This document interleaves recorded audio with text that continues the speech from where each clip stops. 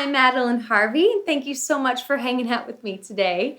What I thought would be oh so swell is to put together a video series for you on how to sing high without strain. Now, there's a couple of different factors that will interact or that are involved in singing high notes and also straining in high notes. So I've put this video series together for you in 3 different parts. But today's video is all about the centermost point of the sound, which is the aiming of the air. So if you like today's video, please be sure to give it a thumbs up or click that subscribe button below. I would love to see you here more often. So we've got sing high without strain. So we have to address the elephant in the room, right? Like what kind of things will contribute towards straining? Now there are 2 really big factors.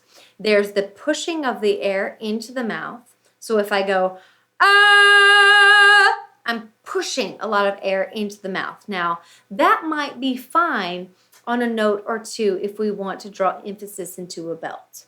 But it becomes problematic when we're trying to go from note to note to note to note. We just carry a lot of air pressure upward, and that becomes problematic because that air pressure eventually has to release, right? And so there's where that massive break comes in. So that's 1, too much air pressure. Then second is the influence of the jaw, the tongue, or the throat. They will sort of create an obstacle that the air has to work around. Now, sometimes they create too much of an obstacle, and it slows the air down so much that it pinches it off.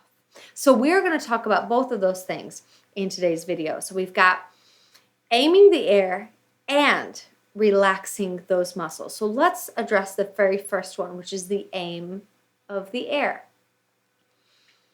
Okay. So we already aim our air in our normal life in its most refined state, which is a nice sigh. So if we go ahead and leverage that, let's just go ahead and observe a nice neutral sigh. So anywhere you wish, on any pitch, if I just go,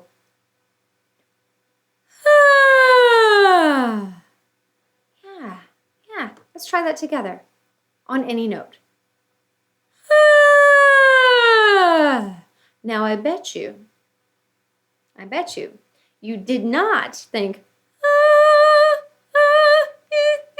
you didn't place the voice before you sighed. No. You just let the air tell you where it needed to go. Now that's crucial.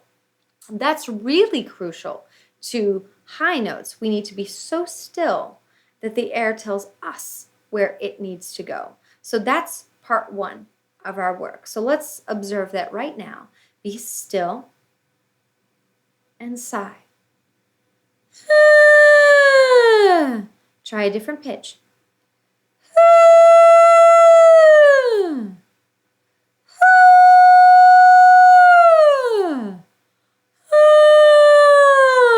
Now you can experiment with that all the live long day, and I would be so happy with that. And you would notice that you do not have to put the voice anywhere. You don't have to place the voice.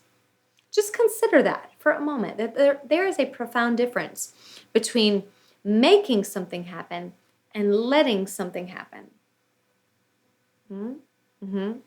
So high notes are the release of the entire mechanism. So it's very important that we let them happen, but it is helpful that we know how to aim that air. So that's the very first one. We aim the air naturally by sighing. The air tells us where it needs to go. The second part is that we have to consciously relax the things that will influence the voice, which are the jaw, the tongue, and the back of the throat. Now, what do I mean by influence? I mean that they create an obstacle, so much so that the flow can't make it past those areas, so it gets pinched off. This is what that sounds like. Or yeah, we all know what that feels like, what that sounds like. There's too much of an influence from the throat, the jaw, and the tongue. They're just interacting too much. So we've got to know how to aim the air and relax the voice at the same time. So we do the aiming with the sighing. So now let's relax the voice. Let's feel what that feels like. The best way for us to do that is to bow the head. Go ahead and bow your head with me and notice in the bowing how the relationship between the jaw and the back of the skull was just changed, right? Right? So come back neutral and notice how neutral, how normal that is. The throat is in a nice semi-open position. And as we bow the head, it becomes narrowed because the relationship of the jaw and the back of the skull. Now we can leverage this.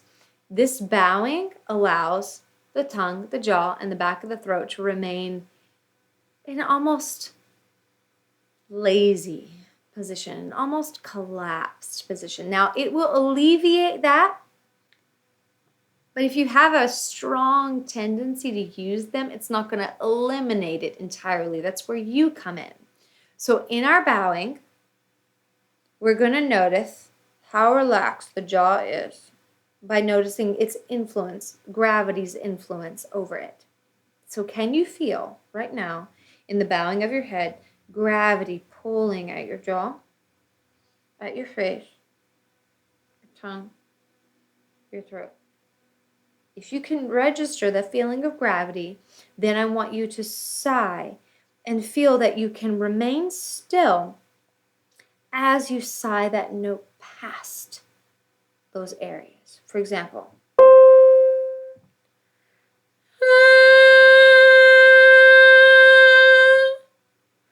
yeah, I can remain still. I can actively relax as my air moves past that. Now let's try that together.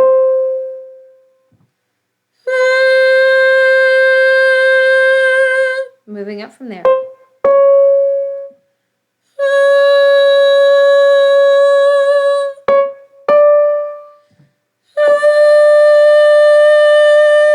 Now, just as a reminder, we're just sighing. We're not trying to give the note any quality or any polish. We're just feeling the air flow.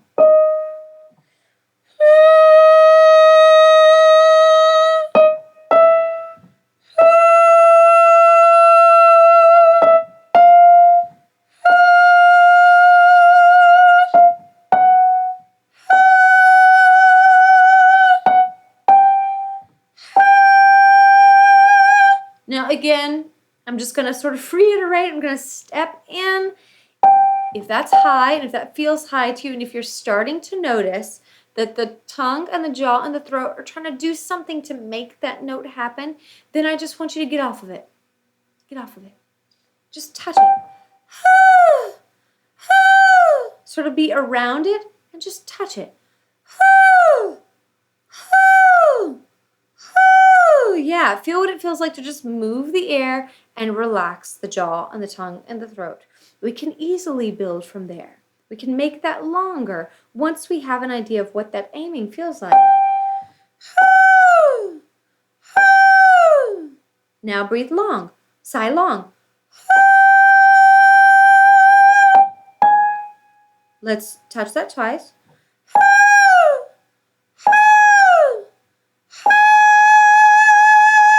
Good, good, very good. Be very playful about this. Let's take it back down.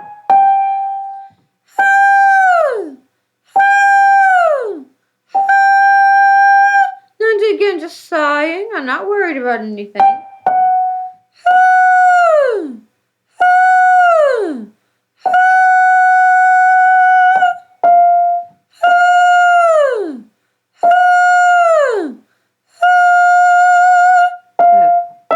Now, again, I'm just reminding you, do not make it happen. Let the sigh tell you where it needs to go. Let the air tell you where it needs to be. Did we do that? I don't think we did. Let's try again.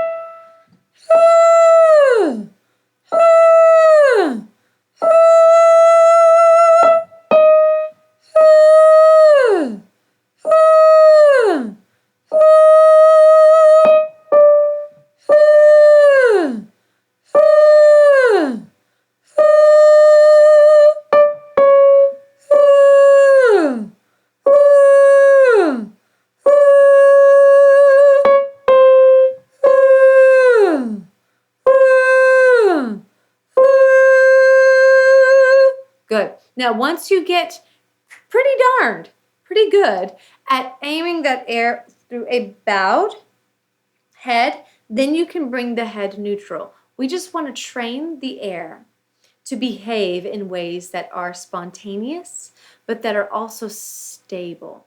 That will alleviate and eventually eliminate the thinking that you need to work so hard, that you need to place the voice, that you need to make it do all that it needs to do, because that will only contribute to a tense instrument in a way that the air can't flow freely. And if the air can't flow freely, then strain on high notes is inevitable. So let's review. We've got number one. We're going to let the air tell us where it needs to go simply by sighing on H-U-H. And then number two, we're going to actively relax at the same time by first bowing the head and noticing that the jaw, the tongue, and the back of the throat remain completely still as the air flows past. Number three, when we get really good at that, then we can bring the head neutral and feel exactly the same sensation, the sighing, and that the jaw, the tongue, and the throat remain stationary. They remain nice and still as we create that sound. And then there you have it. That's the centermost point of aiming that air on high notes. That's going to make your high notes so much easier, so much more effortless for you.